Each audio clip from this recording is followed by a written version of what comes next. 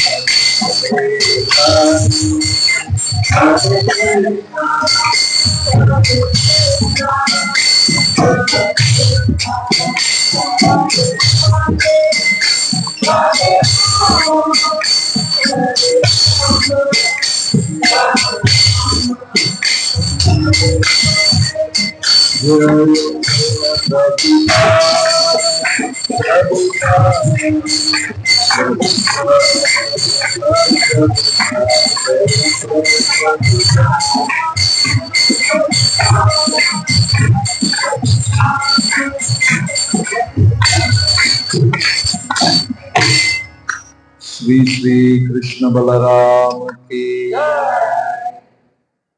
ओम नमो भगवते वासुदेवाय।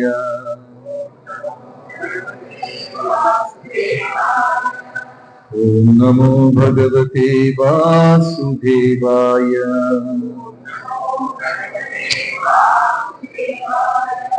നാരായണം നമസ്കൃത്യ നരം ചൈവ നരോത്തമം ദേവീം സരസ്വതീം വ്യാസം തതോ ജയമുദിരയേ. ഹേ കൃഷ്ണ കരുണാ സിന്ധു ദീനബന്ധു ജഗത്പതേ ഗോപേശ ഗോപികാ കാന്ത രാധാകാന്ത നമോസ്തുതേ. തപ്ത കാഞ്ചന ഗൗരാംഗീ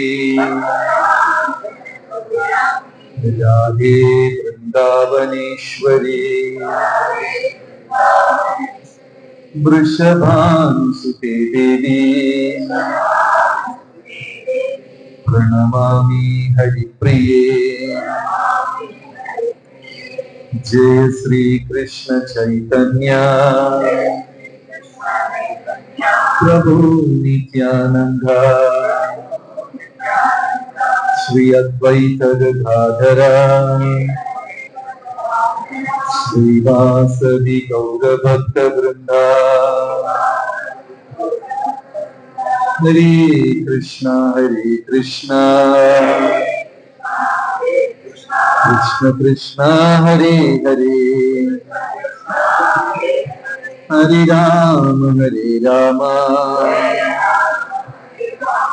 രാമ രാമ ഹരേ ഹരേ. ശ്രീ ശ്രീ കൃഷ്ണ ബലറാം കി. ഹരേ കൃഷ്ണ. എല്ലാ ഭക്തജനങ്ങൾക്കും ശ്രീ ശ്രീ കൃഷ്ണ ബലരാമ ക്ഷേത്രത്തിലേക്ക് സ്വാഗതം. നിങ്ങൾക്ക് ഏവർക്കും എൻ്റെ വിനീതമായ പ്രണാമം, ജന്മാഷ്ടമി ആശംസകൾ. ഭഗവാന്റെ ജനനത്തിനെ, അവതാരത്തിനെ ജയന്തി എന്നാണ് അഭിസംബോധന ചെയ്യുന്നത്. കാരണം ഭഗവാന് അവതാരം, ജനനമുണ്ട്, ഭഗവാന് മരണമില്ല. നമ്മളെ സംബന്ധിച്ചിടത്തോളം നമുക്ക് ഒരു പിറന്നാളും ഉണ്ട്, ജനനം, ബർത്ത്ഡേയും ഉണ്ട്, എല്ലാവരും ആഘോഷിക്കും. പിന്നെ കുറച്ചു വർഷം കഴിയുമ്പോൾ നമുക്ക് മരണ ദിവസവും ഉണ്ട്, അത് നമ്മുടെ ബന്ധുക്കൾ ആഘോഷിക്കും. നമുക്ക് ജന്മവും ഉണ്ട്, മരണവും ഉണ്ട്. പക്ഷെ ഭഗവാന് അവതാരം മാത്രമേ ഉള്ളൂ. അതുകൊണ്ട് ഭഗവാന്റെ ജനനത്തിനെ ജയന്തി എന്ന് പറയും. ശ്രീകൃഷ്ണ ജയന്തി, നരസിംഹ ജയന്തി എന്ന് പറയും. പൊതുവെ ജയന്തി എന്ന വാക്ക് മനുഷ്യർക്ക് ഉപയോഗിക്കാറില്ല. ആർക്കെല്ലാം ഒരു മരണ ദിവസമുണ്ടോ അവർക്ക് ജയന്തി എന്ന വാക്ക് ഉപയോഗിക്കാറില്ല. എന്നിരുന്നാലും നമ്മുടെ നാട്ടില് ബഹുമാനം കാരണം മഹാത്മാഗാന്ധിജിക്ക് ഗാന്ധി ജയന്തി എന്ന് പറയാറുണ്ട്. ശാസ്ത്രീയമായി അത് യോജിച്ചതല്ല, എന്നിരുന്നാലും റെസ്പെക്ട് കാരണം അവരങ്ങനെ പറയുന്നതാണ്. ജയന്തി എന്ന വാക്ക് ഭഗവാന് മാത്രമേ ഉള്ളൂ, ജയഘോഷം. കാരണം 14 ലോകത്തും അണ്ടചരാചരത്തിലും വച്ച് ഇതിനേക്കാളും മംഗളകരമായ ഒരു കാര്യം പ്രപഞ്ചത്തിൽ ഉണ്ടായിട്ടില്ല. ജയതി ജനനിവാസോ ദേവകീ ജന്മവാദോ. ഭഗവാനേക്കാളും ഉയർന്ന ഒരു മംഗളകാര്യം, ഭഗവാന്റെ നാമം, ഭഗവാന്റെ ജനനം, ഭഗവാന്റെ കർമ്മം, ഇതെല്ലാം ദിവ്യമാണ്. ഇതിനേക്കാളും ഉയർന്ന ഒരു മംഗളകർമ്മം ഈ പ്രപഞ്ചത്തിൽ തന്നെ ഇല്ല. അതുകൊണ്ട് ജയഘോഷം, ജയന്തി എന്ന് പറയുന്നത് ഭഗവാന് മാത്രമേ ഉള്ളൂ. നമ്മുടെ കുന്തി മഹാറാണി പ്രാർത്ഥിക്കുന്നുണ്ട്. എന്താണത്? ശ്ലോകം കുന്തി ദേവിയുടെ ശ്ലോകത്തിലുണ്ട്.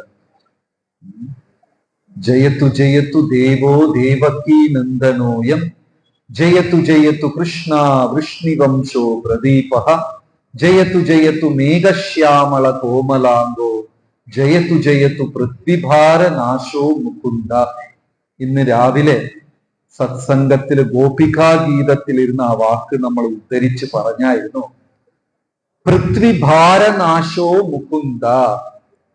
ഭഗവാനെ സംബന്ധിച്ചിടത്തോളം ഭക്തജനങ്ങൾ ചെയ്യുന്ന കർമ്മങ്ങളെല്ലാം ഭൂമിയിൽ ഭാരത്തിനെ കുറയ്ക്കുന്ന കർമ്മങ്ങളാണ്. ഭക്തിയില്ലാത്തവർ സാധാരണക്കാരിൽ ചെയ്യുന്ന കർമ്മമെല്ലാം ഭൂമിയിൽ ഭാരം കൂട്ടുന്ന കർമ്മമാണ്.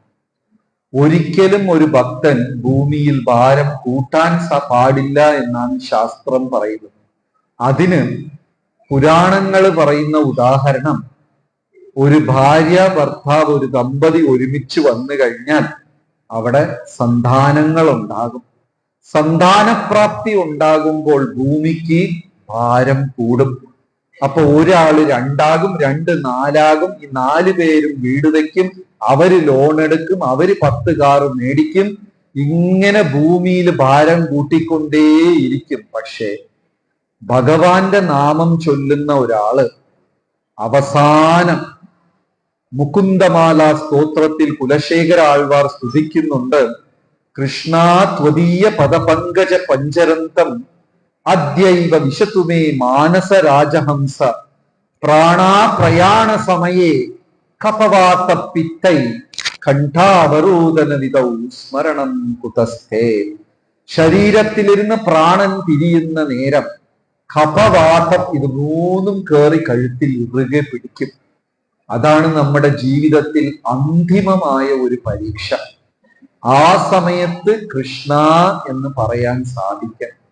അപ്പൊ ഈ ജീവിതത്തില് ആർക്കെല്ലാം ഭഗവാന്റെ നാമം ജപിക്കാൻ ഒരു ഭാഗ്യം ലഭിച്ചോ, ആർക്കെല്ലാം ശ്രീമദ് ഭാഗവതം വായിക്കാനുള്ള ഭാഗ്യം സിദ്ധിച്ചുവോ, ആർക്കെല്ലാം ഭഗവാന്റെ പുണ്യതലങ്ങൾ സന്ദർശിക്കാൻ ഒരു ഭാഗ്യമുണ്ടായി, ഇവരെല്ലാം മംഗളകർമ്മം ചെയ്തവരാ. ഇവരെക്കാളും ഉയർന്ന ഭാഗ്യം വേറെ ആർക്കുമില്ല. അതുകൊണ്ട് ജയന്തി, ജയഘോഷം, ജയ എന്ന വാക്ക് ആർക്ക് മാത്രം ചേരുന്നതാണ്? ഭഗവാന് മാത്രം ചേരുന്നതാണ്. ഭഗവാനും ഭഗവാനെ സംബന്ധിച്ചിടത്തുള്ള കാര്യങ്ങൾക്ക് മാത്രമാണ്. അല്ലാതെ ചില സമയം രാഷ്ട്രീയക്കാർ അവരുടെ നേതാക്കന്മാർക്ക് ജയഘോഷം വിളിക്കും. അത് ശരിയാണോ തെറ്റാണോ? ശരിയാണോ തെറ്റാണോ? തെറ്റാണ്. കാരണം പരാജയമുള്ളവന് ജയം പറയാൻ സാധിക്കില്ല. അത് ഭഗവാന് മാത്രമേ സാധിക്കൂ. അതും ഭഗവാൻ എങ്ങനെയാ അവതരിച്ചത്? ഇന്നത്തെ രാത്രി 6 കാലങ്ങളും ഒരുമിച്ചുണ്ടായിരുന്നു. ഗ്രീഷ്മ, ശിശിര, ഹേമന്ത, വർഷ, ശരത്. ഇനിയൊന്ന് ഗ്രീഷ്മ, ശിശിര, ഹേമന്ത, വർഷ, ശരത്. ഒന്നും കൂടെ ഉണ്ട്, വസന്ത. ഈ 6 മലയാളികൾക്ക് ഇതൊന്നുമില്ല. മലയാളികൾക്ക് മഴയും വെയിൽ രണ്ടേ ഉള്ളൂ. തണുപ്പ്, മഞ്ഞ്, വസന്തകാലം അതൊന്നുമില്ല. തമിഴ്നാട്ടിൽ 3 ഉള്ളൂ. ചൂട് ചൂട് ചൂട് 3. ഇവിടെ മഴയും വെയിലും മാത്രം. പക്ഷെ വടക്കേ ഇന്ത്യയിലൊക്കെ പോയി കഴിഞ്ഞാൽ ഈ 6 കാലവും നമുക്ക് അനുഭവിക്കാൻ സാധിക്കും. മഞ്ഞുകാലം, വസന്തകാലം, ഇതിന്റെ മധ്യേ ഉള്ള അതിമനോഹരമായ ശരത്കാലം.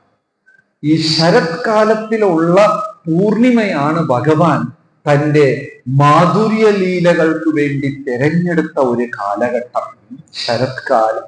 ഇങ്ങനെ 6 കാലങ്ങളും ഉണ്ടായിരുന്നു. പക്ഷേ ഈ രാത്രി 6 കാലങ്ങളും ഒരേ സമയത്ത് തണുപ്പും ഉണ്ടായിരുന്നു, മഞ്ഞും ഉണ്ടായിരുന്നു, ചൂടും ഉണ്ടായിരുന്നു, മഴയും, എല്ലാ 6 കാലങ്ങളും ഒരുമിച്ച് 26 നക്ഷത്രങ്ങളും ഉച്ചസ്ഥായിയിലിരുന്നപ്പോൾ അഭിജിത്ത് എന്ന് പറയുന്ന 27ാമത്തെ ഒരു ശുഭമുഹൂർത്തവും കൂടെ വന്നു. ആ സമയത്ത് ഈശ്വര ചിന്തയുള്ളവർ മാത്രം ഉണർന്നിരുന്നു. ഈശ്വര ചിന്ത ഇല്ലാത്തവരെല്ലാവരും ഉറങ്ങിപ്പോയി ആ സമയത്ത്. ഭഗവാന്റെ ചിന്തകൾ, ഭഗവത് സ്മരണ ഇല്ലാത്തവരെല്ലാം ഉറങ്ങിക്കിടക്ക്. ഭക്തജനങ്ങൾ മാത്രം ഉണ്ടായിരുന്നു. ആദ്യം ഭഗവാൻ വസുദേവരുടെ ഹൃദയത്തിൽ ശംഖചക്ര ഗദാപദ്മമുള്ള ഒരു കേശവ രൂപമാണ് ആദ്യം ആ രൂപമാണ് ഭഗവാൻ എടുത്തത്. ഇന്നും നമ്മൾ മധുരാപുരിയിൽ കാരാഗ്രഹത്തിൽ പോയാല് അവിടെ ആ കേശവമൂർത്തി ക്ഷേത്രമുണ്ട്. ആദ്യം വസുദേവരുടെ ഹൃദയത്തിൽ കേശവ എന്നുള്ള ശംഖചക്ര ഗദാപദ്മം 4 കൈയുള്ള രൂപം സ്വീകരിച്ചു. അത് കഴിഞ്ഞ് വസുദേവരുടെ ഹൃദയത്തിൽ ഇരുന്ന് ദേവകിയുടെ ഹൃദയത്തിലേക്ക് ഭഗവാൻ മാറി. പിന്നെ ദേവകിയുടെ ഹൃദയത്തിലിരുന്നാണ് ഭഗവാൻ പ്രത്യക്ഷമായത്. സാധാരണ ഭൗതിക ലോകത്തിൽ അമ്മമാർക്ക് പ്രസവം ഉണ്ടാകുന്നത് പോലെയല്ല ഭഗവാൻ ജനിച്ചത്.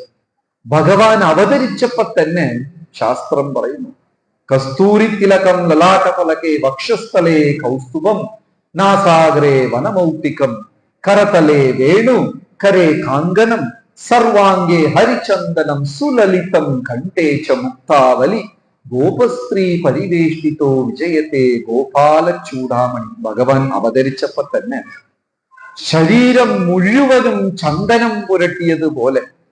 നമ്മളെല്ലാം ജനിക്കുമ്പോ ചോരയുണ്ടാകും, പഴുപ്പുണ്ടാകും, എല്ലാം. പിന്നെ നർസുമാര് കുളിപ്പിച്ച് നമ്മളെ തലകുത്തനെ എടുത്ത് പിടിച്ച് 2 കുലുക്കൊക്കെ കുലുക്കി 2 അടിയൊക്കെ കൊടുത്ത് അങ്ങനെയൊക്കെയാണ് നമ്മൾ ജനിച്ചത്. നടക്കാൻ അറിഞ്ഞൂടാ. 30-40 വയസ്സായി ഇന്നും നടക്കാൻ അറിയാത്തവരുണ്ട്. എങ്ങനെയൊക്കെയോ മനുഷ്യർ ജനിച്ചു. പക്ഷെ ഭഗവാൻ ഉണ്ടായ ശരീരം മുഴുവനും ഹരിചന്ദനം. ഓടക്കുഴലോടെയാണ് വെളിയിൽ വന്നത് ഭഗവാൻ. ജനിച്ചപ്പോ തന്നെ കയ്യിൽ എന്തോ കരതലേ വേണു, കൈകളിൽ ഓടക്കുഴൽ, കരേ കാങ്കനം, കൈകൾ മുഴുവനും വളകൾ, നാസാഗ്രേ വനമൗക്തികം, ഒരു മുത്തും കൂടെ മൂക്കിന്റെ അറ്റത്തിൽ ഉണ്ടായിരുന്നു. ഇങ്ങനെയൊക്കെയാ ഭഗവാൻ അവതരിച്ചത്. ആദ്യം 4 കൈയുള്ള രൂപം കണ്ട ദേവകി ആ രൂപം കണ്ട് ബോധം കെട്ടു. കൃഷ്ണ, ഈ രൂപത്തിൽ വന്നാൽ കംസൻ തിരിച്ചറിയും. കാരണം ദേവകി ഓരോ കുഞ്ഞിനെ പ്രസവിക്കുമ്പോഴും 2-3 മണിക്കൂർ പ്രായം മാത്രമേ ആ കുഞ്ഞിനുണ്ടായിട്ടുണ്ടാവുള്ളൂ. ആ സമയം കംസൻ വന്ന് ആ കുഞ്ഞിനെ തൂക്കി കരിങ്ങൽ ചുമരിൽ ഓങ്ങി അടിച്ചു കൊല്ലും. ആ കുഞ്ഞുങ്ങള്, മണിക്കൂറുകൾ പ്രായമുള്ള കുഞ്ഞുങ്ങൾക്ക് എങ്ങനെ അത് നിൽക്കാൻ സാധിക്കും? ഇത് കണ്ട് ദേവകി ഓ എന്ന് നിലവിളിച്ചുകൊണ്ട് ബോധം കെട്ട് വീഴും. പിന്നെയും ഉണരും. ആ രംഗം ഓർക്കും, ബോധം കെട്ട് വീഴും. വീണ്ടും ഉണരും, ബോധം കെട്ട് വീഴും. എന്നാൽ ആ ദേവകി അടുത്ത വർഷം അടുത്ത പ്രസവത്തിന് തയ്യാറാവുകയും ചെയ്യും. ഭൂമിയിൽ ഒരു അമ്മമാരും അതുപോലെ തയ്യാറാവുകയില്ല. പക്ഷെ ദേവകി തയ്യാറാകും. എന്തിനാണെന്ന് വെച്ചാല് 8ാമത്തത് ശ്രീകൃഷ്ണ ഭഗവാൻ വരട്ടെ എന്ന് പറഞ്ഞിട്ടാണ്. ആ ഭഗവാന്റെ അവതാരത്തിന് വേണ്ടി, ഭഗവാന്റെ വരവിന് വേണ്ടി ദേവകി വലിയ തപസ്യെടുത്തു. നമ്മളെല്ലാവരും നമ്മുടെ ഹൃദയത്തിൽ ഭഗവാനെ വയ്ക്കാൻ ശ്രമിക്കുന്നുണ്ട്. നമുക്ക് ദേവകി എടുത്തതുപോലെ തപസ്യോ അല്ലെങ്കിൽ നാരദ മഹർഷിയോ ധ്രുവനോ പ്രഹ്ലാദനോ എടുത്ത തപസ്യോ ഒന്നും എടുക്കണ്ട. നമുക്ക് കുഞ്ഞു കുഞ്ഞു തപസ്യകളേ ഉള്ളൂ. എന്താണ്? രാവിലെ നേരത്തെ എണീക്കണം, നാമം ജപിക്കണം, പൂർണമായ സസ്യഭുക്കായി ഇത്രയും തപസ്യ എടുത്താൽ മതി. അല്ലാതെ മഹാഭക്തരെടുത്ത തപസ്യ ഒന്നും നമുക്ക് എടുക്കേണ്ട കാര്യമില്ല. ഇത് ചെയ്താൽ തന്നെ അവരുടെ ജീവിതത്തിൽ ഭഗവാൻ പ്രത്യക്ഷമാകുന്നു. അങ്ങനെ ഭൂമിയിൽ ഭഗവാൻ 125 വർഷം ഭൂമിയിൽ ഉണ്ടായിരുന്നു. 9 മുതൽ 11 വയസ്സ് വരെ മാത്രമേ, 10 വയസ്സ് തികയുന്നത് വരെ മാത്രമേ ഭഗവാൻ വൃന്ദാവനത്തിൽ ഉണ്ടായിരുന്നുള്ളൂ. 10ാമത്തെ വയസ്സില് ഭഗവാൻ വൃന്ദാവനം വിട്ടുപോയി. പിന്നെ 2 കൊല്ലം മഥുരയിൽ ഉണ്ടായിരുന്നു. പിന്നെ അവിടെ ഇരുന്ന് ഭഗവാൻ നേരെ ഉജ്ജയിനിലെ ഗുരുകുലത്തിലേക്ക് പോയി. ഉജ്ജയിനിലെ സാന്ദീപനി മഹർഷിയുടെ ആശ്രമത്തിലായിരുന്നു ഗുരുകുലം. പിന്നെ അവിടെ ഇരുന്ന് പാണ്ഡവരെ കണ്ടു. പിന്നെ ഹസ്തിനാപുരം, ഇന്ദ്രപ്രസ്ഥം, ദ്വാരക, അങ്ങനെയൊക്കെ പോയി. പക്ഷേ 10 വയസ്സ് തികഞ്ഞപ്പോൾ കൃഷ്ണ ഭഗവാൻ വൃന്ദാവനം വിട്ടുപോയി. പിന്നെ വൃന്ദാവനത്തിലേക്ക് ഭഗവാൻ തിരിച്ചു വന്നിട്ടേയില്ല. എന്നിരുന്നാലും ഭഗവാന്റെ 125 വർഷകാലത്തിൽ അതിമനോഹരമായ ലീല എന്ന് പറയുന്നത് ആദ്യത്തെ 10 വർഷം ഭഗവാൻ ചെയ്ത ലീല. പിന്നെ വിവാഹം കഴിഞ്ഞു രുക്മിണി സമേതനായൊക്കെ ഉണ്ടായിരുന്നു. പക്ഷെ ഈ ലീലയാണ് ഏറ്റവും മധുരമേറിയ ലീല എന്ന് പറയുന്നത്. ജയ ജയ രാധേ ജയ ജയ ശ്യാം ജയ ജയ ശ്രീ വൃന്ദാവന ജയ ജയ രാധേ ജയ ജയ ശ്യാം ജയ ജയ ശ്രീ വൃന്ദാവന ജയ ജയ രാധേ ജയ ജയ ശ്യാം ജയ ജയ ശ്രീ വൃന്ദാവന ജയ ജയ രാധേ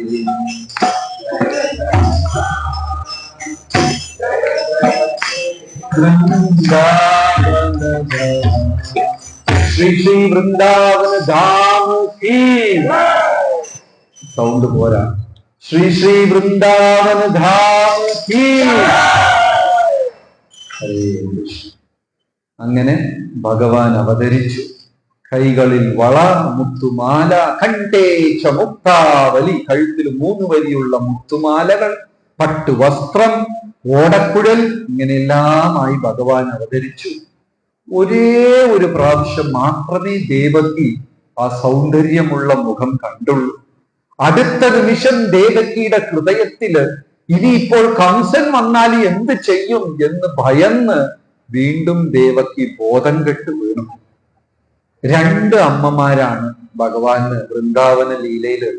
ഒന്ന് ദേവകിയും രണ്ടാമത്തത് യശോദയും. എന്നാൽ ശ്രീമദ് ഭാഗവതത്തിൽ ശുക മഹർഷി യശോദാദേവിക്കാണ് 1 പടി മുൻതൂക്കം തന്നിരിക്കുന്നത്. ഫസ്റ്റ് യശോദ, പിന്നെയാണ് ദേവകി. പക്ഷേ പ്രസവിച്ച അല്ലെങ്കിൽ പ്രസവിച്ച അമ്മ ദേവകിയാണ്, വളർത്തിയ അമ്മയാണ് യശോദ. പക്ഷെ യശോദയാണ് 1 പടി ഉയർന്നത്. ഉടനെ ഭാഗവതത്തിൽ പരീക്ഷിത്ത് മഹാരാജാവ് ചോദിക്കുന്നു, അതെന്താണ് യശോദയ്ക്ക് മുൻതൂക്കം ദേവകിക്ക് ഇല്ല എന്ന് പറഞ്ഞപ്പോ ഒരു ചെറിയ ഒരു കാരണമാണ് ശുകമഹർഷി പറയുന്നത്. എപ്പോഴൊക്കെ അപകടം സംഭവിക്കുമോ ദേവകി ആദ്യം ഭർത്താവായ വസുദേവനെ വിളിക്കും, രണ്ടാമത്തത് കൃഷ്ണനെ വിളിക്കും. പക്ഷെ യശോദയുടെ കാര്യത്തിൽ എപ്പോ എന്താവശ്യം ഉണ്ടെങ്കിലും ആദ്യം യശോദ ഭഗവാനെ വിളിക്കും, അത് കഴിഞ്ഞിട്ടേ നന്ദഗോപരെ വിളിക്കുള്ളൂ. ഭഗവാന് ചെറിയ ഒരു പൊസസീവ്നെസ് ഉണ്ട്. നമുക്ക് ആ പൊസസീവ്നെസ് ഉള്ളത് ഭഗവാന് ഉള്ളത് കൊണ്ടാണ്. പക്ഷെ ഭഗവാൻ ഈ ഭക്തിയിൽ ഒരു ചെറിയ പൊസസീവ് ഉണ്ട്. ഗീതയിൽ തന്നെ കൃഷ്ണ ഭഗവാൻ പറയുന്നു, സർവധർമാൻ പരിത്യജ്യ മാം ഏകം ശരണം വ്രജ എന്ന് ഊന്നി പറയുന്നുണ്ട്. അർജുന, നീ എല്ലാ ധർമ്മങ്ങളെയും ഉപേക്ഷിച്ചോ, പക്ഷെ എന്നെ മാത്രം ശരണം പ്രാപിക്കുക. ഏകം എന്ന വാക്ക് ഊന്നി പറയുന്നുണ്ട്. എങ്ങനെയാണോ ഇന്ന് രാവിലെ നമ്മൾ ആ കാര്യം ചർച്ച ചെയ്തു. ഗോപികാ ഗീതത്തില് മനോഹരമായ ഒരു ശ്ലോകം രാവിലെ നമ്മൾ ചർച്ച ചെയ്തതേ ഉള്ളൂ. ചലസിയത് വ്രജം ചാരയൻ പശു നളിന സുന്ദരം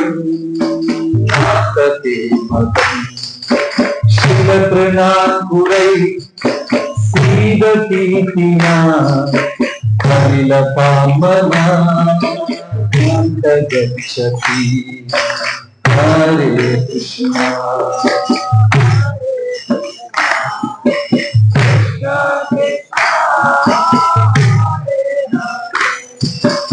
ഹരേ രാമ ഹരേ രാമ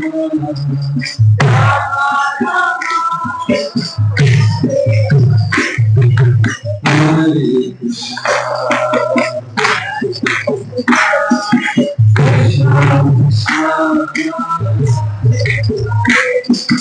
ഹരേ രാമ ഹരേ രാമ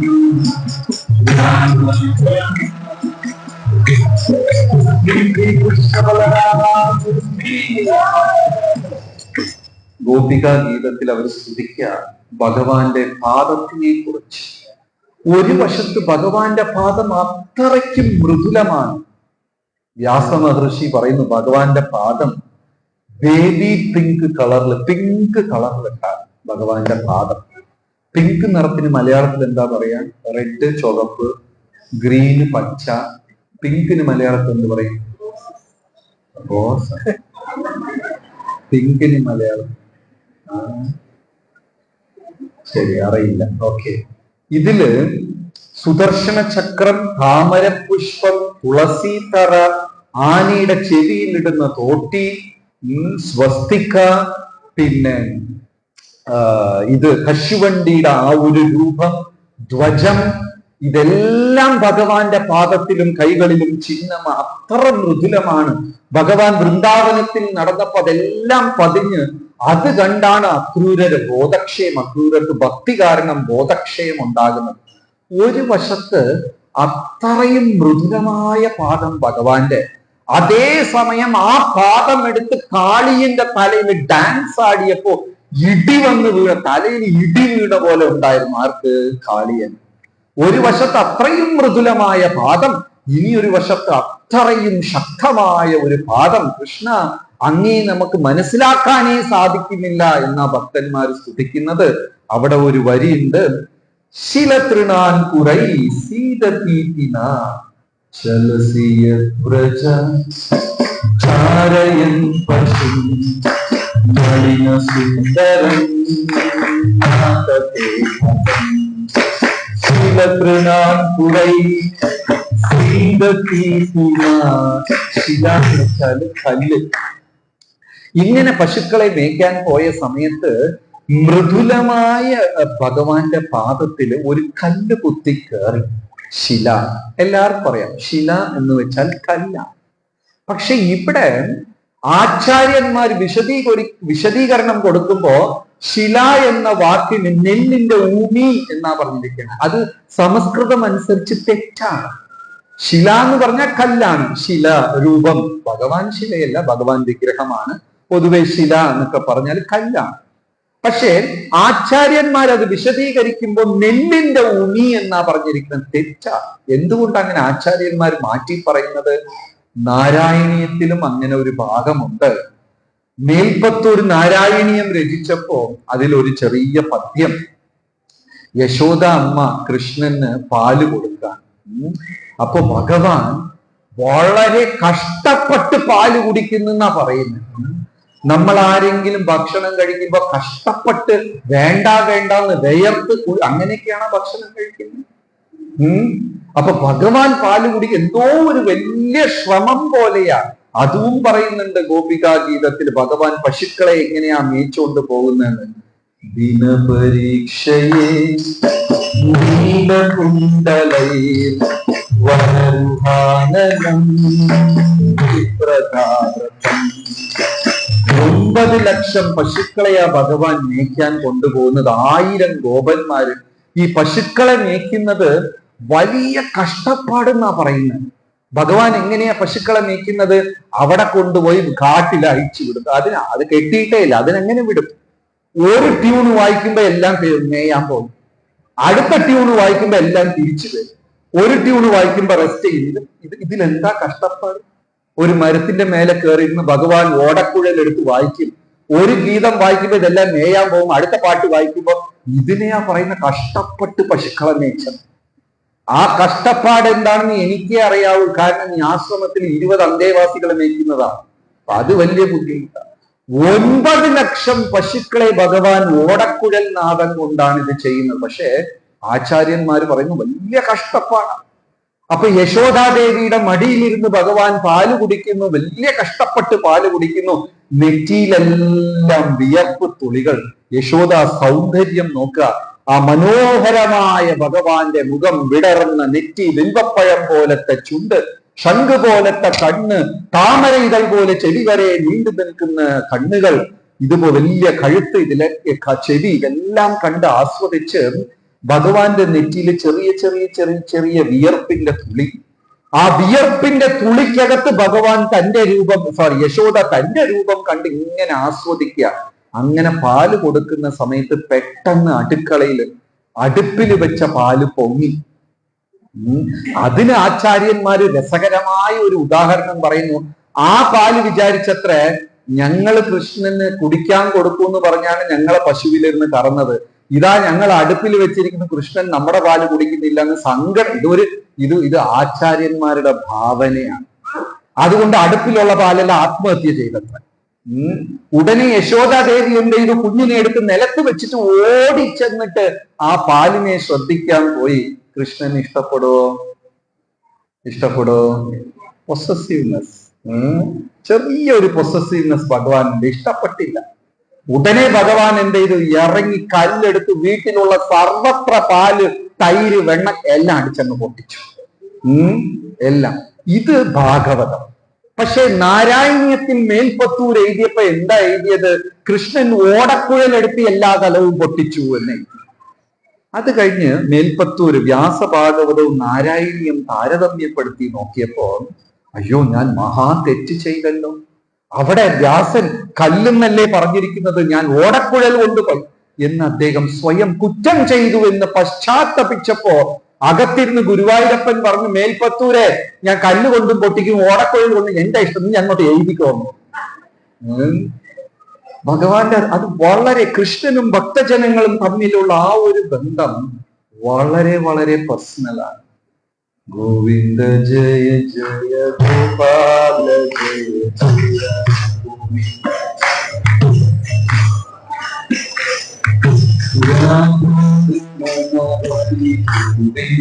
ജയ ജയ.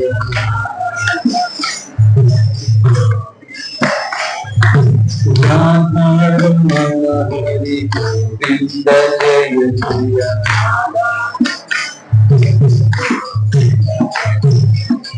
ഗോവിന്ദ ജയ ജയ ഗോപാല ജയ ജയ.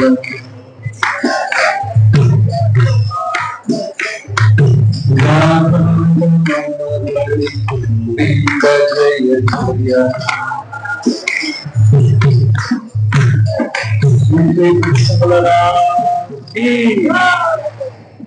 അങ്ങനെ യശോദാദേവി ദേവകി ബോധം കെട്ട് വീണു.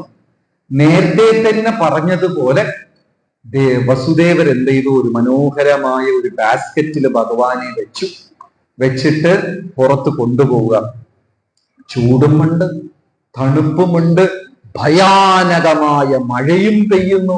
6 കാലം ഒരുമിച്ച് ശക്തമായി വീശിക്കൊണ്ടിരിക്കുകയാണ്. വസുദേവർക്ക് പേടി, ഈ കുഞ്ഞിനെ എങ്ങനെ എടുക്കൊണ്ട് ഗോകുലത്തേക്ക് പോകും? അപ്പൊ തന്റെ അംഗവസ്ത്രം കൊണ്ട് കുഞ്ഞിനെ മറയ്ക്കുന്നു. മഴയിലിരുന്ന് രക്ഷിക്കാൻ വേണ്ടി അംഗവസ്ത്രം കൊണ്ട് മറയ്ക്കുന്നു. എത്ര സുരക്ഷിതമായി ഈ കുഞ്ഞിനെ ഗോകുലത്തിൽ കൊണ്ടുപോകും എന്ന് പറഞ്ഞ് അദ്ദേഹം എങ്ങനെയൊക്കെയോ കാടിന്റെ ഇടയ്ക്കും അതൊക്കെ നടന്ന് യമുനാ തീരത്ത് എത്തിയപ്പോ യമുന എന്നും ഇല്ലാത്ത രീതിക്ക് കര കവിഞ്ഞു ഭയങ്കര ശക്തമായി യമുന ഒഴുകുന്നു. വസുദേവര് വിചാരിച്ചു, എന്നെപ്പോലെ വലിയ ഒരു മനുഷ്യന് തന്നെ ഈ യമുനയുടെ ശക്തമായ പ്രവാഹത്തിൽ നീന്തിക്കടക്കാൻ സാധിക്കില്ല. ഈ കുട്ടിയെയും വെച്ചിട്ട് ഞാൻ എങ്ങനെ നീന്തിക്കടക്കും എന്ന് അദ്ദേഹം മനസ്സിൽ പ്രാർത്ഥിച്ചപ്പോ അത്രയും ശക്തമായി ഒഴുകിയ യമുന പതുക്കെ പിരിഞ്ഞ് വസുദേവർക്ക് നടക്കാനുള്ള സ്ഥലം കൊടുത്തു. ഉടനെ വസുദേവർ യമുനയിൽ കൃഷ്ണനെയും തൂക്കിക്കൊണ്ട് നടക്കുന്ന സമയത്ത് 2 വശത്തും വെള്ളത്തിന്റെ പ്രവാഹം കൂടിക്കൊണ്ടേയിരിക്കുക. എന്തിനാ? യമുന വിരഹത്തിലാ. 5000 കൊല്ലമായി കൃഷ്ണന്റെ വരവിന് വേണ്ടി കാത്തിരിക്കുക. നമുക്ക് അങ്ങനത്തെ ഭക്തി ഒന്നുമില്ല. നമ്മൾ തൊഴാൻ വന്നു, അമ്പലം അടച്ചിരിക്കുന്നു, 5 മിനിറ്റ് നിൽക്കും, 10 മിനിറ്റ് നിൽക്കും, ദർശനം കിട്ടിയില്ലെങ്കിൽ എന്നാ വേറെ അമ്പലത്തിൽ പോവാം, അല്ലെങ്കിൽ ഞാൻ വീട്ടിൽ പോയി പ്രാർത്ഥിച്ചോളാം, പ്രാർത്ഥിക്കാൻ പോകും. പക്ഷെ യമുന 5000 വർഷമായി ഭഗവാന്റെ വരവിനായി കാത്തിരിക്കുന്നു, കാണാൻ സാധിക്കുന്നില്ല, വിരഹം ഉണ്ടായി. അന്ന് യമുന ഉയരാൻ തുടങ്ങി. വസുദേവർക്ക് ഭയമുണ്ടായി തുടങ്ങി. ഈ വെള്ളത്തിന്റെ ശക്തി കൂടിക്കഴിഞ്ഞാൽ ഈ കുഞ്ഞിനെ ഞാൻ എങ്ങനെ രക്ഷിക്കും? ഉടനെ വസുദേവർ ആ ബാസ്ക്കറ്റിനെ ഉയർത്തും, വെള്ളം അല്പം പൊങ്ങും, വീണ്ടും ഉയർത്തും, വീണ്ടും പൊങ്ങും, വീണ്ടും ഇദ്ദേഹം തലയ്ക്ക് മീതെ തൂക്കി പിടിച്ചു, വെള്ളം അതിനേക്കാളും പൊങ്ങി, ഇനി പൊങ്ങിയ മൊത്തത്തിൽ വെള്ളത്തിലാവും. അപ്പൊ യമുന എന്ത് ചെയ്തു? 2 വശത്തിരുന്ന് യമുന ഇങ്ങനെ വെള്ളം തെറിക്കാൻ തുടങ്ങി. ആ വെള്ളം ഭഗവാന് അഭിഷേകമായി. അതുകൊണ്ടാണ് യമുനയെ ഇന്നും ചരണതീർത്ഥം എന്ന് പറയാൻ കാരണം. യമുന മയ്യാക്കി. അപ്പോ എവിടെ ഇരുന്നോ അനന്തൻ വന്ന് പ്രത്യക്ഷമായി. കൊട പോലെ അനന്തൻ നിന്നു. ബാസ്ക്കറ്റിൽ കിടക്കുന്ന ഭഗവാൻ ചോദിച്ചു അനന്തന്റെ അടുത്ത്, ഇപ്പൊ ആര് വിളിച്ചു, നീ എന്തിനാ വന്നത്? അല്ല, വെള്ളം തെറിക്കുന്നത് കൊണ്ട് ഞാൻ വന്നതാ. ഭഗവാൻ അനന്തന്റെ അടുത്ത് പറഞ്ഞു, നിന്റെ ആവശ്യമൊന്നുമില്ല, ഞാൻ 24 മണിക്കൂറും വെള്ളത്തിലാണെന്ന് പറഞ്ഞു. മലയാളികളെ പോലെ, മലയാളികൾ വേറെ വെള്ളത്തിലാണ്. ഭഗവാൻ വന്നിട്ട്, അതായത് പ്രളയകാലം മുഴുവനും, ഒരു പ്രളയകാലം മുഴുവനും ഭഗവാൻ വന്നിട്ട് ആലിന്റെ ഇലയിൽ കിടന്നിരുന്നു. ആ ശ്ലോകമുണ്ടല്ലോ, എന്താണ്,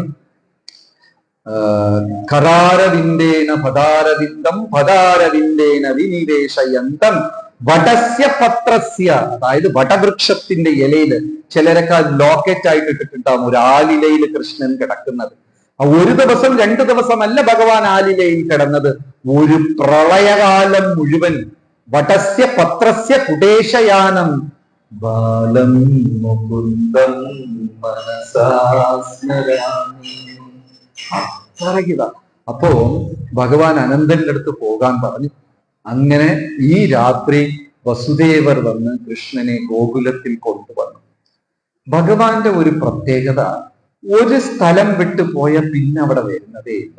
മഥുരയിലും ജനിച്ചു, ഗോകുലത്തിൽ പോയി, ഗോകുലത്തിലിരുന്ന് പല പല വൃന്ദാവനത്തിന്റെ 12 വനങ്ങളിലേക്ക് പോയി, നന്ദഗ്രാമത്തിലേക്ക് പോയി, പിന്നെ കംസനെ കൊല്ലാൻ വീണ്ടും മഥുരയിലേക്ക് വന്നു, മഥുര വിട്ട് വീണ്ടും പോയി, പിന്നെ ഭഗവാൻ വന്നിട്ടേ ഇല്ല. അപ്പോ ഈ ഭക്തജനങ്ങളെല്ലാം വിരഹത്തിലാണ്. എപ്പോഴും നമ്മൾ ഗോവർദ്ധനത്തിന് വലം വെച്ച് വരുമ്പോ അവിടെ പുഞ്ചിരി എന്നൊരു പ്രത്യേക പേരാണ്, ഒരു ഗോപന്റെ പേര് പുഞ്ചിരി എന്നൊക്കെയാണ്. ആ ഗോപന് ഒരു ക്ഷേത്രമുണ്ട്, നല്ല രസകരമാണ് ആ വിഗ്രഹം കാണാൻ. അരയിൽ കൈവച്ച് മുട്ടും കുത്തി ഇങ്ങനെ കുനിഞ്ഞു നിൽക്കും. കാരണം ഈ ഗോപൻ ദിവസവും ചൂട് കീർ പായസം കൊണ്ടുവന്ന് ഭഗവാന് കൊടുക്കും. അന്ന് ഭഗവാൻ അക്രൂരരോടൊപ്പം മഥുരയിൽ പോവുക. അപ്പൊ ഈ ഗോപൻ ഓടി വന്ന് പായസം കൊടുക്കുമ്പോ ഭഗവാൻ പറഞ്ഞു, ഇല്ലല്ല എനിക്ക് പോണം. അയ്യോ, പായസം തണുത്തു പോകും എന്ന് ഗോപൻ പറഞ്ഞു. കൃഷ്ണ ഭഗവാൻ പറഞ്ഞു, നീ വിഷമിക്കണ്ട, പായസം തണുക്കുന്ന മുമ്പേ ഞാൻ തിരിച്ചു വരാം എന്ന് വാക്ക് കൊടുത്തിട്ട് മഥുരയിലേക്ക് പോയ കൃഷ്ണൻ 125 വർഷമായിട്ട് തിരിച്ചു വന്നിട്ടില്ല. അങ്ങനെയാണ് ഭഗവാന്റെ വാക്കുകളെല്ലാം. ഗീതയിൽ ഒരു മനോഹരമായ ശ്ലോകമുണ്ട്, പ്രതിജാനീഹി കൗന്തേയ നമേ ഭക്ത പ്രണശ്യത്തി. അർജുന, നീ പ്രഖ്യാപിച്ച് വെല്ലുവിളിച്ച് പറയുക, എന്റെ ഭക്തർക്ക് നാശമേ ഇല്ല. അപ്പൊ അർജുനൻ ചോദിച്ചു, 700 ശ്ലോകം അങ്ങനല്ലേ പറഞ്ഞത്, ഇത് മാത്രം ഞാൻ എന്തിനാ പറയണം? പ്രതിജാനീഹി കൗന്തേയ, അർജുന നീ പ്രഖ്യാപിക്ക്, നമേ ഭക്ത പ്രണശ്യത്തി, എന്റെ ഭക്തർക്ക് നാശമില്ല. അപ്പൊ അർജുനൻ ചോദിച്ചു, ഇതും ഭഗവാൻ പറഞ്ഞാൽ പോരെ, ഇത് മാത്രം എന്നെ കൊണ്ട് എന്തിനാ പറയിക്കുന്നേ? കൃഷ്ണ ഭഗവാൻ പറഞ്ഞു, ഞാൻ പറഞ്ഞാൽ ചിലപ്പോ പാലിക്കില്ല, പക്ഷെ എന്റെ ഭക്തജനങ്ങൾ പറഞ്ഞാൽ ഞാൻ എന്ത് ചെയ്യും? അത് തീർച്ചയായിട്ടും പാലിക്കും. ഭഗവാൻ പറഞ്ഞു, പായസം തണുക്കുന്ന മുമ്പേ വരാന്ന് പറഞ്ഞിട്ട് പോയി. 125 വർഷമായി വന്നിട്ടേ ഇല്ല. അവിടെ ഇപ്പോഴും ആ ഗോപൻ വിരഹത്തിൽ കാത്തിരിക്കുന്ന ക്ഷേത്രമുണ്ട്. വൃന്ദാവന ക്ഷേത്രങ്ങളെല്ലാം വിരഹഭാവത്തിലാണ്. രാധാറാണിയെ വിട്ട് 10 വയസ്സിൽ പിരിഞ്ഞു. ഈ നന്ദഗോപരും യശോദയെ വിട്ട് ഭഗവാൻ പിരിഞ്ഞു. അവരെല്ലാം ഭഗവാന്റെ കഥകൾ മാത്രം കേട്ട് അവർ ഹൃദയത്തിൽ ആ ഒരു ആസ്വാദനം അനുഭവിക്കുകയായിരുന്നു.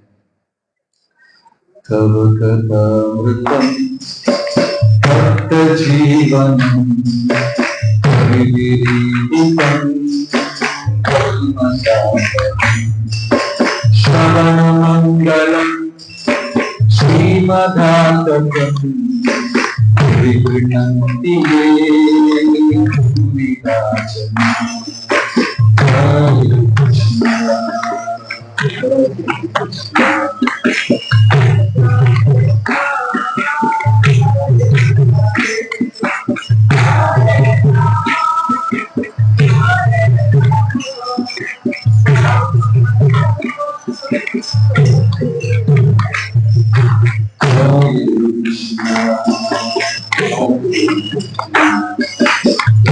Krishna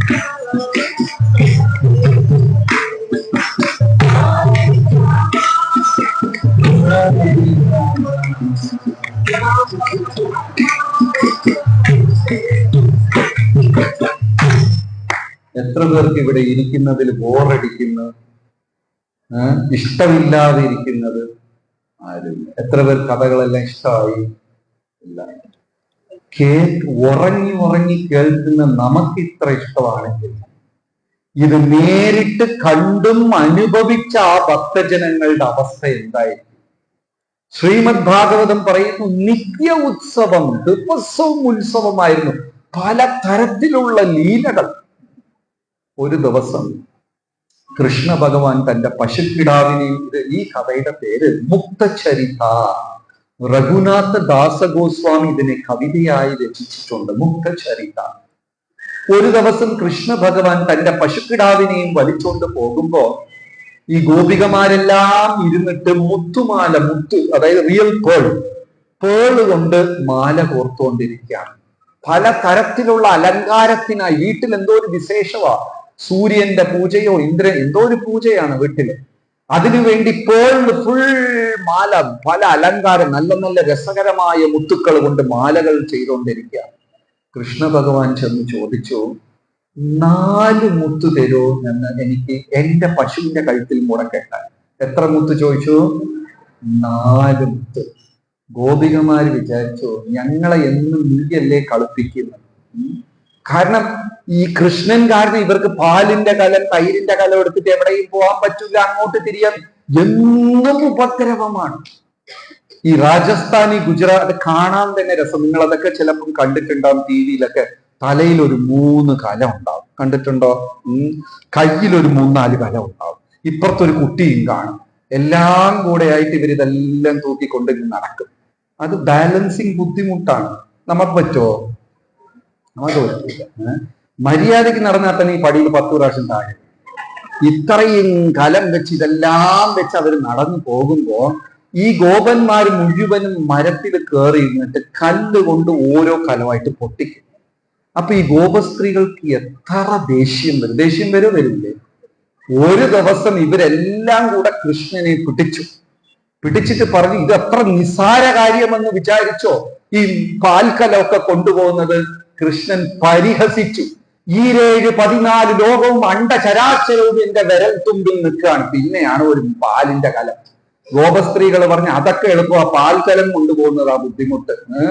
ഈ ഭഗവത്ഗീതയിൽ കൃഷ്ണൻ പറയും, ഏകാംശേന സ്ഥിതോ ജഗത്, ഈ പ്രപഞ്ചം മുഴുവനും എന്റെ ശക്തിയുടെ ഒരു ചെറിയ അംശത്തിലാണ് ഞാൻ അതിനെ നിലനിർത്തി വെച്ചിരിക്കുന്നത്. ഗോപികമാര് പറഞ്ഞു, അത് ഈസിയാ, ഈ പാൽക്കലം തൂക്കിയിട്ട് പോകുന്നതാ ബുദ്ധിമുട്ട്. കൃഷ്ണൻ പറഞ്ഞു, എത്ര പാൽക്കലം തൂക്കണം? 100 ഞാൻ തലയിൽ വെച്ച് തൂക്കാം. അത്രയൊന്നും വേണ്ട, 3 തൂക്കിയാൽ മതി. ഉടനെ ഭഗവാന്റെ തലയിൽ 3 പാൽക്കലം വെച്ചു, കയ്യിലൊന്ന് കൊടുത്തു, നടക്കാൻ പറഞ്ഞു. കൃഷ്ണൻ നടക്കാൻ തുടങ്ങിയപ്പോ ആദ്യം രാധാറാണിയും ഗോപികമാരും, അങ്ങനെയല്ല, ഇങ്ങനെ നടന്നിട്ട് കാര്യമില്ല, ഞങ്ങളെപ്പോലെ പാവാട ഉടുത്തിട്ട് വേണം നടക്കാൻ. അതിന്റെ സർക്കംഫറൻസിന് ഒരു ലിമിറ്റ് ഉണ്ട്. അതായത് എനിക്കിത് സത്യമാണോ കള്ളോ എന്ന് അറിഞ്ഞൂടാ, ഡാൻസ് കളിക്കുന്നവരുടെ സർക്കംഫറൻസ് വലുതായിരിക്കും അത്ര. എന്താണ് ഈ പാവാടയെ അടിയിട്ട വട്ടം, ഈ ഡാൻസ് ഒക്കെ കളിക്കില്ലൊക്കെ ചുറ്റി ഇങ്ങനെ ബുഫെന്നിരിക്കില്ല, അതിന് ആ വട്ടം വലുതായിരിക്കും. പക്ഷെ വീട്ടിൽ അച്ചടക്കത്തോടെ ഇരിക്കുമ്പോ ഇതിന്റെ വട്ടം എന്തായിരിക്കും? ചെറുത്. കാരണം കാല് അടുത്തടുത്ത് അങ്ങനെ വെച്ച് നടക്കാൻ. അതെന്തോ സൈക്കോളജി എനിക്കറിയില്ല. രാധാറാണി പറഞ്ഞു, സ്കേർട്ട് ഉടുത്തിട്ട് വേണം നടക്കാൻ. ഭഗവാൻ പാവാട ഉടുപ്പിച്ചു കൊടുത്തു, അതിന് വട്ടവും കുറവാണ്. കാലയിൽ കലം വെച്ചു, ഒരു സ്റ്റെപ്പ് പോലും എടുത്തു വെക്കാൻ പറ്റുന്നില്ല. അതിന്റെ പുറത്ത് ഇവർ കല്ല് പറക്കി ഓരോ കലമായിട്ട് പൊട്ടിക്കാൻ തുടങ്ങി. ലോകപരാജയമായിരുന്നു അന്ന് ഭഗവാന്റെ. ഗോപികന്മാർ നാണം കൊണ്ട് മുഖമെല്ലാം ചുവന്നു. അപ്പൊ ഗോപികമാര് പറയാ, ഞങ്ങളെയല്ലേ എന്നും നീ ഉപദ്രവിക്കുന്നത്, അതുകൊണ്ട് ഇന്ന് കൃഷ്ണൻ വന്ന് ചോദിച്ചു, എന്താ യാചിച്ചത് ഗോപസ്ത്രീകൾ എടുത്ത് ഭഗവാൻ? 4 മുത്ത്. ഗോപികമാര് പറഞ്ഞു, തരില്ല. ഈ 4 മുത്ത് നിനക്ക് വേണമെങ്കിൽ ഭൂമി മുഴുവനും എല്ലാ പുണ്യ നദികളും പുണ്യസ്ഥലം എല്ലാം ചെന്ന് ബലം വെച്ച് കുളിച്ചിട്ടൊക്കെ വന്നാലേ തരുള്ളൂ. ഭഗവാന് ദേഷ്യം വന്നു. എന്നാ നിങ്ങൾ ഒരു കാര്യം ചെയ്യും, 1 മുത്ത് എനിക്ക് താ, ഞാൻ 10 മിനിറ്റിൽ തിരിച്ചു തരാം. അപേക്ഷിച്ച് യാചിച്ചു. അതുകൊണ്ടാ വൃന്ദാവനത്തില് ഭഗവാൻ ബോസ് അല്ല, അവിടെ ആരാണ് ബോസ്? ശ്രീമതി രാധാറാണിക്ക് നിങ്ങളുടെ എത്ര പേരുടെ വീട്ടിൽ അങ്ങനെ നടക്കാറുണ്ട്? ഭർത്താക്കന്മാർ ബോസ് അല്ല. ചോദിച്ചപ്പോ ചിലർ അങ്ങോട്ട് തിരിഞ്ഞു നോക്കണം, കൈ തൂക്കണം വേണ്ട. രാധാറാണിയാണ് കംപ്ലീറ്റ് കൺട്രോൾ അവിടെ. അപ്പോ അവസാനം ഭഗവാൻ മുഴുവൻ ദിവസം സന്ധ്യ വരെ അപേക്ഷിച്ചത് കൊണ്ട് ഇവർ ഒരു മുത്തങ്ങ് എടുത്തു കൊടുത്തു. വെച്ചോളം ഒന്ന്, അത് തിരിച്ചു തരണം. കൃഷ്ണ ഭഗവാൻ എന്ത് ചെയ്തു? കൂട്ടുകാരെ എല്ലാം വിളിച്ചു. മധുമംഗള, സ്തോക കൃഷ്ണ എല്ലാരെയും വിളിച്ചിട്ട് അവിടെ ചെന്ന് എല്ലാരും കാണവേ യമുനാ തീരത്ത് ഇരുന്ന് ആ ഒരു മുത്തിനെടുത്ത് യമുനാ തീരത്ത് കുഴിച്ചു വെച്ച് പാലും പഞ്ചാമൃതം എല്ലാം കൊണ്ടുവന്ന് അതിൽ ഒഴിച്ച് ഒരേ മന്ത്രജപം. കൃഷ്ണനും കൂട്ടുകാരും ആഹാ ഓഹോ മന്ത്രത്തോട് മന്ത്രജപം. ഈ മന്ത്രജപം ചെയ്യും തോറും കൺമുമ്പേ ഒരു ചെറിയ മരം പൊടിച്ച് വളർന്നു. നിമിഷ നേരത്തിനകത്ത് ഈ മരവും വളർന്ന് അതിൽ 100 ശാഖകൾ, 1000 ശാഖകൾ. കൺമുമ്പേ ആ മരം മുഴുവനും മുത്തുക്കൾ, കംപ്ലീറ്റ് പേൾസ്, ഫുൾ മുത്തുക്കൾ. അതിൽ നിന്ന് ഒന്ന് പറിച്ച് ഗോപന നിങ്ങൾ തന്ന് പിടിച്ചോ. അപ്പൊ എല്ലാവരും നോക്കിയപ്പോ അവര് ജീവിതത്തിൽ ഇതുവരെ ഇങ്ങനത്തെ മുത്തുക്കളെ കണ്ടിട്ടില്ല, അതിമനോഹരമായി. അപ്പൊ ഈ ഗോപികമാരെല്ലാം വന്ന് ചോദിക്കാൻ തുടങ്ങി, ഞങ്ങൾക്ക് 4 തരുമോ? ഞങ്ങൾക്ക് ഒന്നും ആർക്കും തരില്ല. അപ്പൊ രാധാറാണി പറഞ്ഞു, എന്തിനാ കൃഷ്ണന്റെ അടുത്ത് ചെന്ന് യാചിക്കുന്നത്? യാചിക്കും തോറും പുള്ളി ഭഗവാൻ നമ്മളെ പരിഹസിക്കും, ഇത് ചെയ്യും. അതൊന്നും വേണ്ട, നമുക്ക് ഈ മരം നട്ടു വെക്കാന്ന് പറഞ്ഞ് ഈ ഗോപികമാർ എന്ത് ചെയ്തു? വീട്ടിൽ നിന്ന് കിട്ടിയ മുത്തുക്കളെ മൊത്തം കുഴിച്ചു വെച്ചു. ഉള്ള അറിയാവുന്ന മന്ത്രമെല്ലാം പാടി വെള്ളം ഒഴിച്ച് ഒരു അനക്കമില്ല, ചെടിയും ഇല്ല, ഇലയും ഇല്ല, ഒന്നുമില്ല. കുറച്ചു കഴിഞ്ഞപ്പോ വീണ്ടും ഒരു മണ്ണൊക്കെ മാറ്റി ഈ മുത്തെടുക്കാനും മുത്തിനെ കാണാനില്ല. ഇപ്പൊ വീട്ടിൽ ചെന്ന് എന്തു പറയും? അമ്മമാര് ചോദിക്കും, മാല കെട്ടാൻ കൊടുത്തു കെട്ടതാ, ഇനിയിപ്പോ എന്ത് പറയും? എല്ലാ ഗോപസ്ത്രീകളും പേടിച്ച് ഭഗവാന്റെ അടുത്ത് ചെന്ന് യാചിച്ചു. ഭഗവാൻ പറഞ്ഞു, ഡാൻസ് ചെയ്താൽ തരാം. പാട്ടുപാടിയ അന്ന് ഗോപസ്ത്രീകളെ വെളുക്ക ഭഗവാൻ ഹറാസ് ചെയ്തുണ്ട്. നിത്യ ദിവസവും ഓരോ ലീലകളാണ് അവിടെ വൃന്ദാവനത്തിൽ. മൃഗം ജീവനം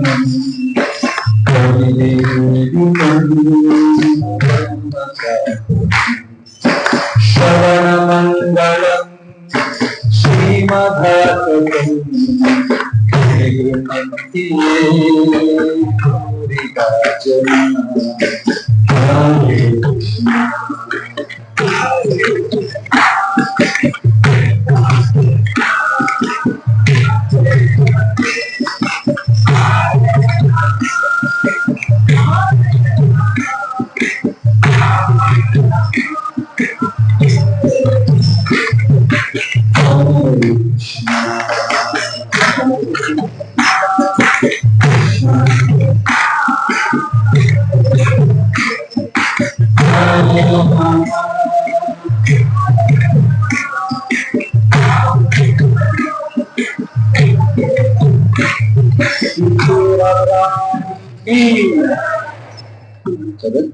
ഇന്ന് രാവിലത്തെ സത്സംഗത്തിന്റെ തുടർച്ചയാണ്. 3 ദിവസമായി ദശമസ്കന്ധം 31-ാം അധ്യായം ഇവിടെ സത്സംഗം നടക്കുന്നു. അതിന്റെ തുടർച്ച ദശമസ്കന്ധം 31-ാം അധ്യായത്തിൽ 15-ാമത്തെ ശ്ലോകം.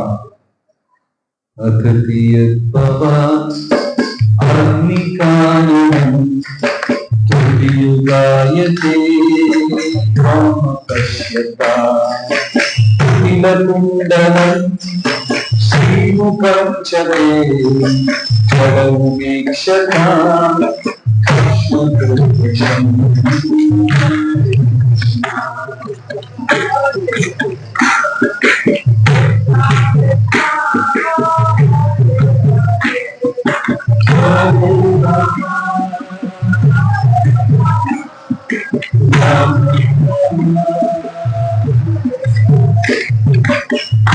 ഈ ശ്ലോകത്തിൽ പറയുന്നത്, ഭഗവാൻ രാവിലെ ദിവസവും പശുക്കളെ മേയ്ക്കാൻ പോകും, സന്ധ്യയ്ക്ക് തിരിച്ചു വരും. ഇതിന് മുമ്പത്തെ ശ്ലോകത്തിൽ പറയുന്നു, അമ്മ മനോഹരമായി ഭഗവാനെ അലങ്കരിച്ചാ വിടുന്നത് കാട്ടിലേക്ക് പശുക്കളെ മേയ്ക്കാൻ.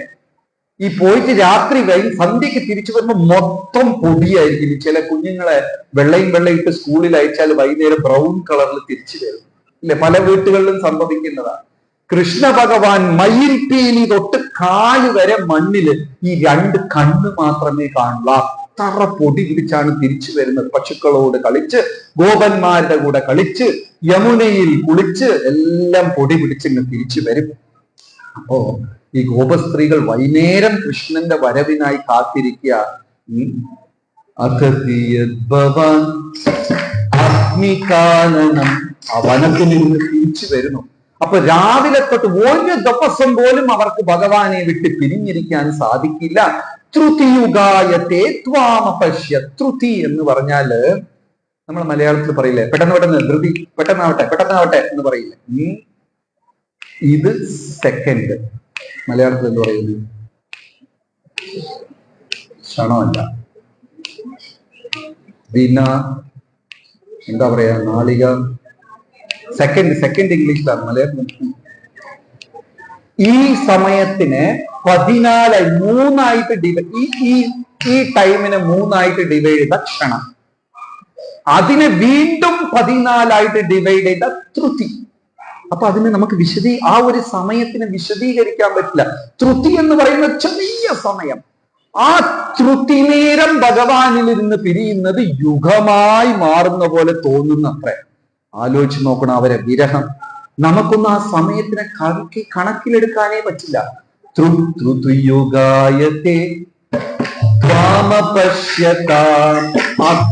ആ സമയം ഒരു യുഗം പോലെ. ചൈതന്യ മഹാപ്രഭു ഇതേ ശ്ലോകം പറഞ്ഞിട്ടുണ്ട്. യുഗായിതം നിമീശേന ചക്ഷുഷാ പ്രാവൃഷായിതം ശൂന്യായിതം ജഗത് സർവം ഗോവിന്ദ വിരഹേണ. ഗോവിന്ദന്റെ വിരഹത്തില് ആ നിമിഷം ഒരു യുഗമായി തോന്നുന്നു എന്നാണ് ചൈതന്യ മഹാപ്രഭു പറഞ്ഞത്. പക്ഷെ ഗോപികമാർ അതിന്നും ഫൈനർ എന്താ പറയുന്നത്? ത്രുതി. അത്രയും നേരം പോലും നമുക്ക് ഭഗവാനെ വിട്ട് പിരിഞ്ഞിരിക്കാൻ പറ്റില്ല. ഇതൊന്നും അറിയാതെ ഒരു പുതിയ ഗോപിക കല്യാണം കഴിച്ച് വൃന്ദാവന ഗ്രാമത്തിൽ, അന്നൊക്കെ എന്ന് പറഞ്ഞാല് ഇന്നത്തെ പോലെയല്ല 10 വയസ്സ് 8 വയസ്സ് 11 വയസ്സിലൊക്കെ കല്യാണം. നമ്മുടെ മനസ്സിൽ ചിന്തിക്കുന്ന കാമം എന്ന് പറയുന്ന സാധനമേ അവിടെ ഇല്ല. ഭഗവാന് 8 വയസ്സ്, ഗോപികമാർക്ക് 7 വയസ്സ് 6 വയസ്സ്. ആ ഒരു പ്രായത്തിൽ ശുദ്ധമായ പ്രേമം മാത്രമേ ഉള്ളൂ. നമ്മുടെ മനസ്സുകളിലുള്ള കാമം എന്ന് പറയുന്ന സാധനമേ അവിടെ ഇല്ല. അപ്പൊ ഒരു പുതിയ ഗോപസ്ത്രീ കല്യാണം കഴിച്ചു വരികയാണ്. വരുമ്പോ രാവിലെ ആയപ്പോ മറ്റു ഗോപസ്ത്രീകളെല്ലാം തിരക്ക് പിടിച്ച് അങ്ങോട്ടും ഇങ്ങോട്ടും ഓട്ടം. അപ്പൊ ഇവര് ചോദിക്കുക, ഈ പുതിയ ഗോപ എന്തിനാ നിങ്ങളൊക്കെ ഇത്ര തിരക്ക് വെച്ച് ഓടുന്നത്? അത് രാവിലെ ഇത്ര സമയത്തിന് ഒരു കറുത്ത പാമ്പ് ഈ വഴിയെ കാട്ടിപ്പോകും. ദയവീത് ആ പാമ്പിനെ നോക്കിക്കളയും. അത് കടിച്ചാൽ മാത്രം വിഷം, അതിനെ കണ്ടാൽ തന്നെ വിഷമാണ്, നിന്റെ ജീവിതം നശിച്ചു പോകും. അപ്പൊ ഈ ഗോപസ്ത്രീ പേടിച്ച് വാതിലെല്ലാം അടച്ച് എല്ലാം ഉള്ളിൽ കയറിയിരിക്കുക. ഈ പറഞ്ഞ സമയമായപ്പോ ആരെല്ലാം പറഞ്ഞു അവരെല്ലാം വാതിലിന്റെ ജനലിൽ ഫ്രണ്ടിൽ ഓടിപ്പോയി കാണാൻ വേണ്ടി പോകുന്നു. അപ്പൊ ഈ പുതിയ ഗോപസ്ത്രീക്ക് കൺഫ്യൂഷൻ. പാമ്പ് പോകുമെന്നോ, ആ കറുത്ത പാമ്പ് കടിക്കും, എന്റെ ജീവിതം നശിക്കും എന്നൊക്കെ പറഞ്ഞ ഇവരെന്തിനാ ആ സമയമായപ്പോ വാതിലിൽ ഓടിയത്?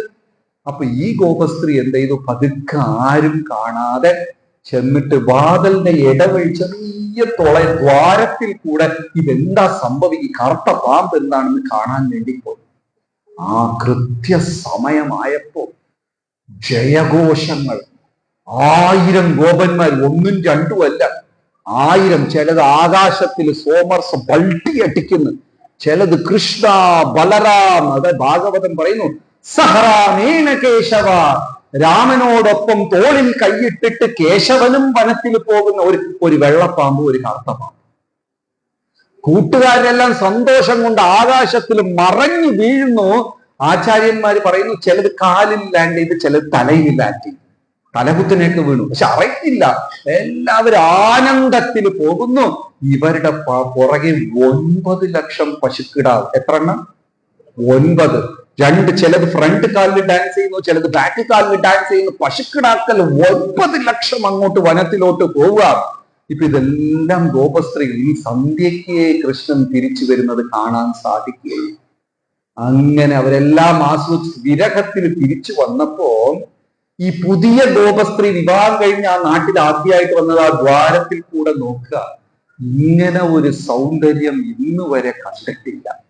അതുകൊണ്ട് ആൾവാർമാർ കൃഷ്ണന്റെ സൗന്ദര്യത്തിനെ കുറിച്ച് പറയുമ്പോൾ ഉപയോഗിക്കുന്ന വാക്ക് ആറാവമുദൻ എന്നൊരു തമിഴ് വാക്കാണ്. എന്ന് വെച്ചാൽ എത്ര ആ സന്തോഷം അനുഭവിച്ചാലും ഒരിക്കലും മതി എന്ന് തോന്നത്തില്ല.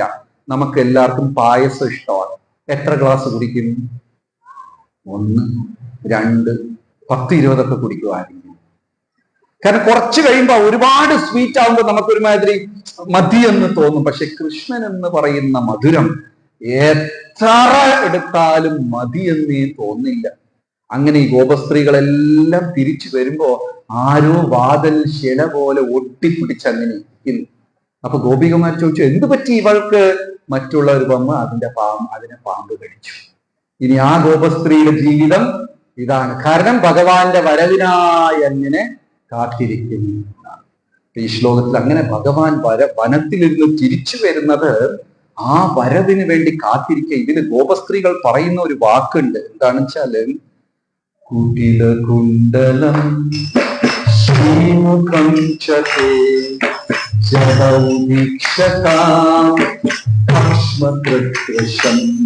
ആ കൃഷ്ണനെ കാണാൻ തന്നെ അത്രയും സൗന്ദര്യം. ഇതിൽ ഇനിയൊരു കുഴപ്പം എന്താന്ന് വെച്ചാല് ഘനരജസ്വലം, എല്ലാം ചുരുണ്ട മുടിയ. ഫസ്റ്റ് ഫുള്ള് പൊടി, വൈകുന്നേരം തിരിച്ചു വരുമ്പോ മൊത്തത്തിൽ കാണാൻ പറ്റില്ല.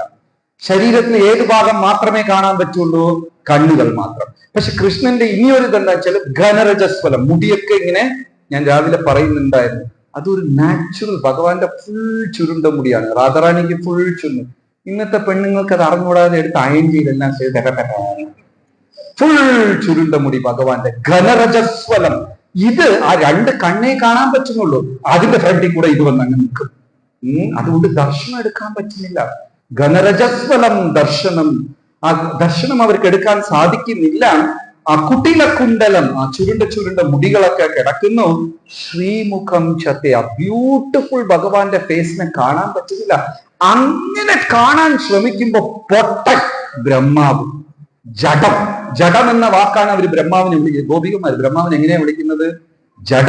ജഡ ഉദ്വീക്ഷത്താം. ജഡം എന്താണ്?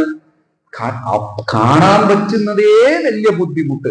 അങ്ങനെ കാണാൻ നോക്കുമ്പോ ഓരോ സെക്കൻഡിൽ കൺപോളം ചൊട്ടി ഏത് ഈ അയലിട്ട്. അതിനുവേണ്ടി ഇവര് ബ്രഹ്മാവിനെ ചീത്ത വെച്ചു. എന്ത് വിഡ്ഢിയായ സൃഷ്ടികർത്താവാണ് ഈ ബ്രഹ്മാവ്! കണ്ണ് ഇതില്ലാതെ ഉണ്ടാക്കിക്കൂടെ? സന്തോഷമായിട്ട് ഭഗവാനെ കാണാതിരുന്നത്. ആലോചിച്ച് നോക്കണം അവരുടെ ഭക്തിയുടെ ആൾ. നമുക്കും കൺപോളയുണ്ട്. ഇത് അടയ്ക്കും തുറക്കും എന്തൊക്കെയോ സംഭവം. നമുക്കതിനെ കുറിച്ച് ഏതെങ്കിലും ബോധമുണ്ടോ? ബ്രഹ്മാവിനെ ശപിക്കുന്നു. ജഡോദീക്ഷതാം ഭക്ഷ്മകൃതൃശം. ഞങ്ങൾക്ക് ഈ കണ്ണുകൾ കൊണ്ട് ദൃഷ്ടി ദർശനം എടുക്കാൻ പറ്റുന്നില്ല. ജഡം, പൊട്ടനായ ബ്രഹ്മാവ് ഇങ്ങനെയാണ് കണ്ണുണ്ടാക്കുന്നത്. ദൈവം ഈ ശ്ലോകം സൂക്ഷിച്ചു വേണം നമുക്ക് പാടാൻ.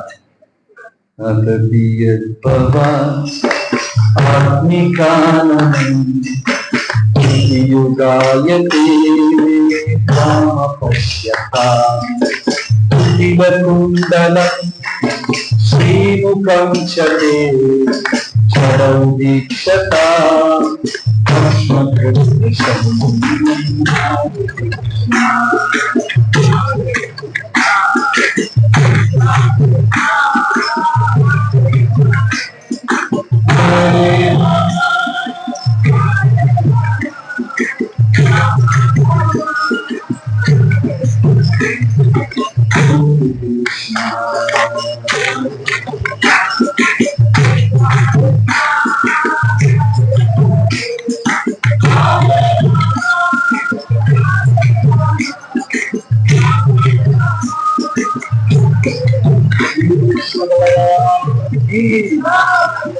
അവസാനത്തെ ശ്ലോകം 5 മിനിറ്റ്. ഇതോടെ നമ്മുടെ ഈ സത്സംഗം തീരും.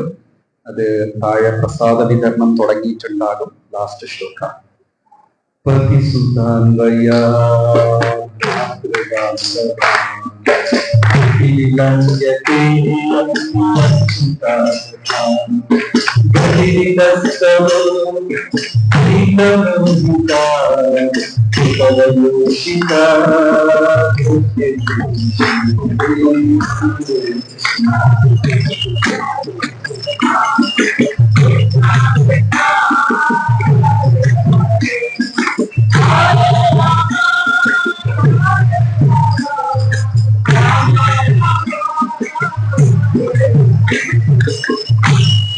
നിശി എന്ന് പറഞ്ഞാൽ ഡെഡ് നൈറ്റ്, മിഡ് നൈറ്റ്. അപ്പൊ ഗോപികമാര് അവരുടെ വീട്ടിൽ പല പല കാര്യങ്ങളിലായിരിക്കും. പതി സുതാൻവയ ഭ്രാതൃഭാന്തവ. പതി ഹസ്ബൻഡ്, സുത കുഞ്ഞുങ്ങള്, പിന്നെ അൻവയ മറ്റ് ഇതര ബന്ധുജനങ്ങള്, ഭ്രാതൃ സഹോദരന്മാർ, ഇവരുടെയൊക്കെ അവിടെ കുടുംബത്തോടായിരിക്കും. ഇതൊരു നല്ല കാര്യമാണ്. കണ്ടില്ല അന്ന് ഗോപികമാർ എങ്ങനെയാ ഉണ്ടായിരുന്നത്? ബ്രദർ ഉണ്ടായിരുന്നു, അച്ഛൻ ഉണ്ടായിരുന്നു, ഹസ്ബൻഡ് ഉണ്ടായിരുന്നു, മക്കൾ ഉണ്ടായിരുന്നു. ഇന്ന് വീട്ടില് ഞാനും എന്റെ ഭർത്താവും കൊല്ലുന്നു. ഇഷ്ടപ്പെട്ടില്ലെങ്കിൽ ഞാനും കൊല്ലുന്നു, അതും ഇഷ്ടപ്പെട്ടില്ലെങ്കിൽ ഞാൻ മാത്രം. പക്ഷെ ഗോപികമാരെങ്ങനെയായിരുന്നു?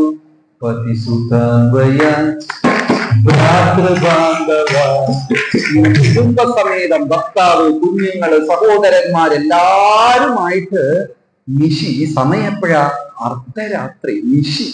ആ സമയത്ത് അവരെ പല പല വീട്ടിലുള്ള കാര്യങ്ങൾ, ചിലർ ഭക്ഷണം കഴിക്കുമായിരിക്കും, ചിലർ ഉറങ്ങുമായിരിക്കും, പല വീട്ടിലുള്ള കാര്യങ്ങൾ നടന്നുകൊണ്ടിരിക്കുമ്പോൾ ഹൃദയത്തിൽ ഈ ഗോപികമാർ ആരെയാണ് ഗതി? ഗതി എന്ന് വെച്ചാൽ ഡെസ്റ്റിനേഷൻ, എന്റെ ലക്ഷ്യം.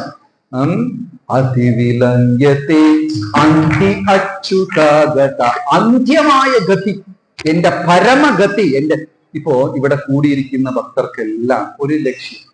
ഞാൻ ചോദിക്കാം, എത്ര പേർക്ക് ഭഗവാന്റെ ലോകത്ത് പോകണം? എല്ലാവർക്കും പോകണം. എത്ര പേർക്ക് ഇന്ന് പോകണം? പകുതി കയ്യിൽ. ഇന്ന് വേണ്ട, പിന്നെ പകുതി കയ്യിൽ അല്ലേ? പക്ഷെ ഗോപികമാര് അന്ത്യമായ ലക്ഷ്യമായി ഭഗവാനെ ആക്കി വെച്ചിരിക്കുക. അവരുടെ ഹൃദയത്തിൽ വേറെ ഒന്നുമില്ല. അങ്ങനെ ഉള്ളപ്പോഴാണ് എന്താ സംഭവിച്ച? ഡെഡ് ഓഫ് ദ നൈറ്റില്, അർദ്ധരാത്രി,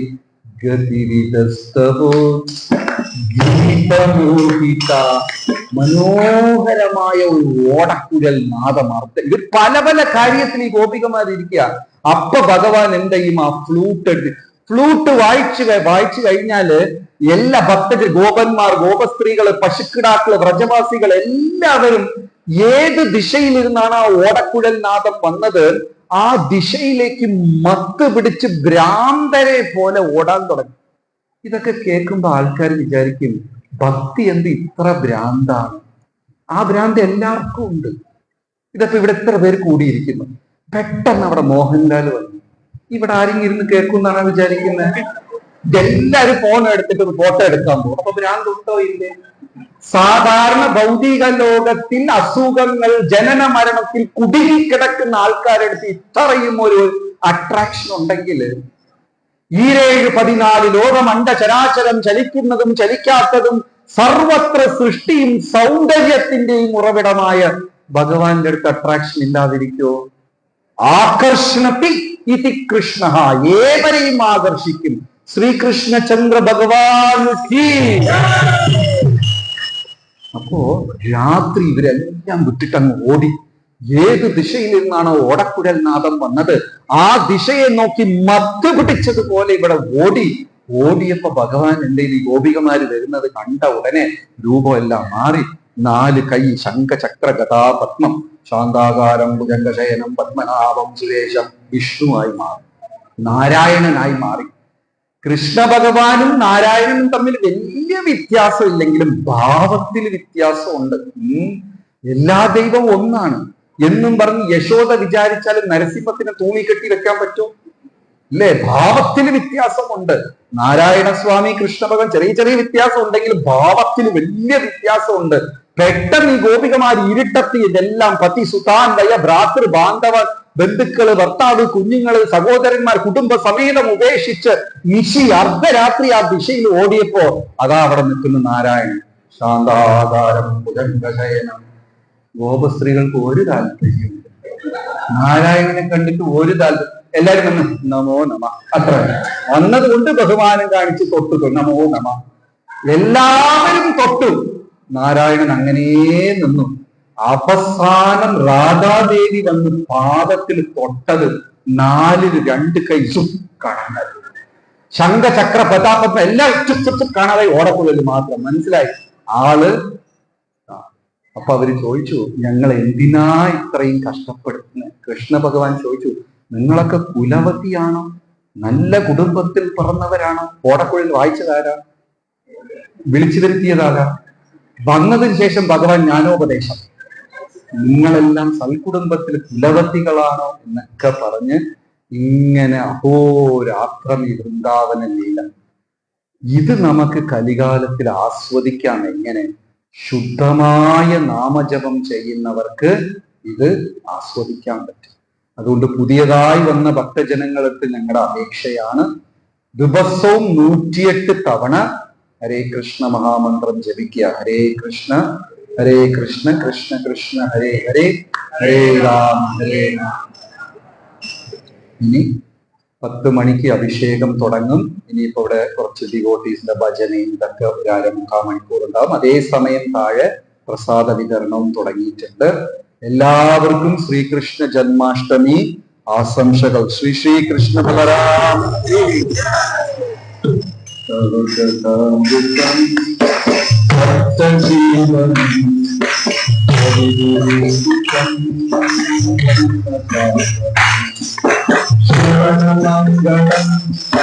ശ്രീമദ്ഭാഗവതം